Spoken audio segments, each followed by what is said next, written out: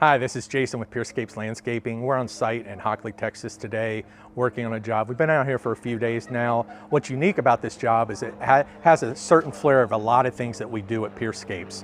One thing is drainage. This is a job that had drainage in it. We also are putting in paver work. We're doing lighting, and we're doing a flower bed installation. So let me walk you through kind of how we ended up here and what we're doing. This is a relatively new home, first time owner of this house. They wanted an outdoor living area that they could enjoy. And what we did is we came up with a design that would feature a lot of things. And the first thing we did is we put drainage in. And you may say, why drainage in a brand new house? Well, if you see with the pathway that we created here, it creates a lot of blockage for the way that the water is going to drain out of here. So you could come in and you could put the pavers down, but you're going to have an issue with water getting backed up. It's going to have your pavers settled. So we put in about 7 catch basins along the way, and it will follow you out as you walk along the pathway. And the drainage will run all the way down this pathway to the street and exit. So that was really the first step, is let's get the drainage done, let's get that taken care of. The next step of this process is laying the paver work. At this time, I'd like to turn it over to Bob, who will talk to you a little bit more about how the paver installation process works.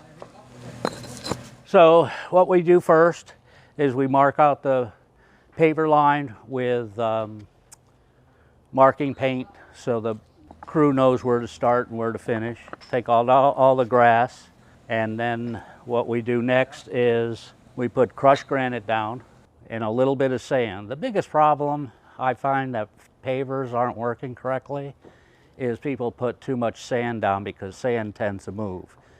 The only reason I put the sand down is when we pop the pavers, that little bit of sand comes up into the cracks and it helps hold.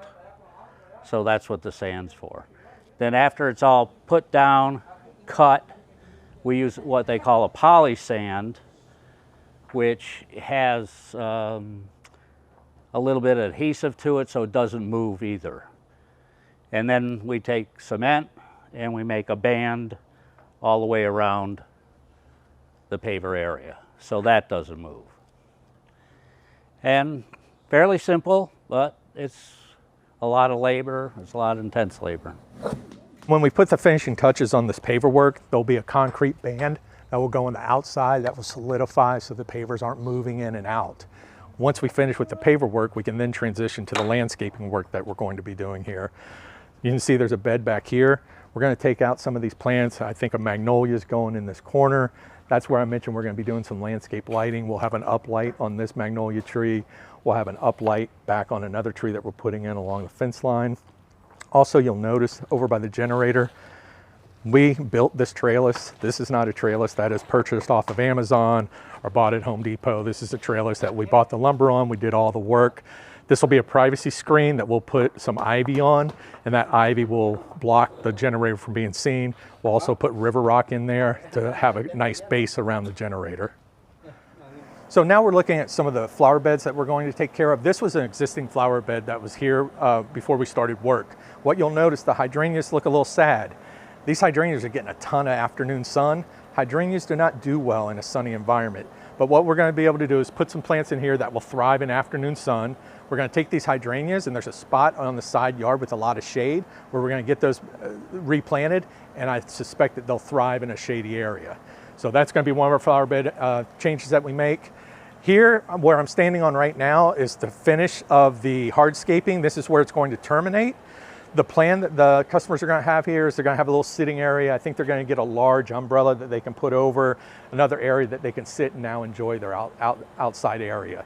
And if you continue walking back this way, this is where the drains continue to run, another catch basin. And so we got to make sure that we get all of this water out of the backyard. And we're going to continue to exit out through this pathway, another catch basin right at the gate so that all the water is gone behind the door. Then you step out, the drainage continues, the water will exit to the street, and then this will be the end of where we stop our work.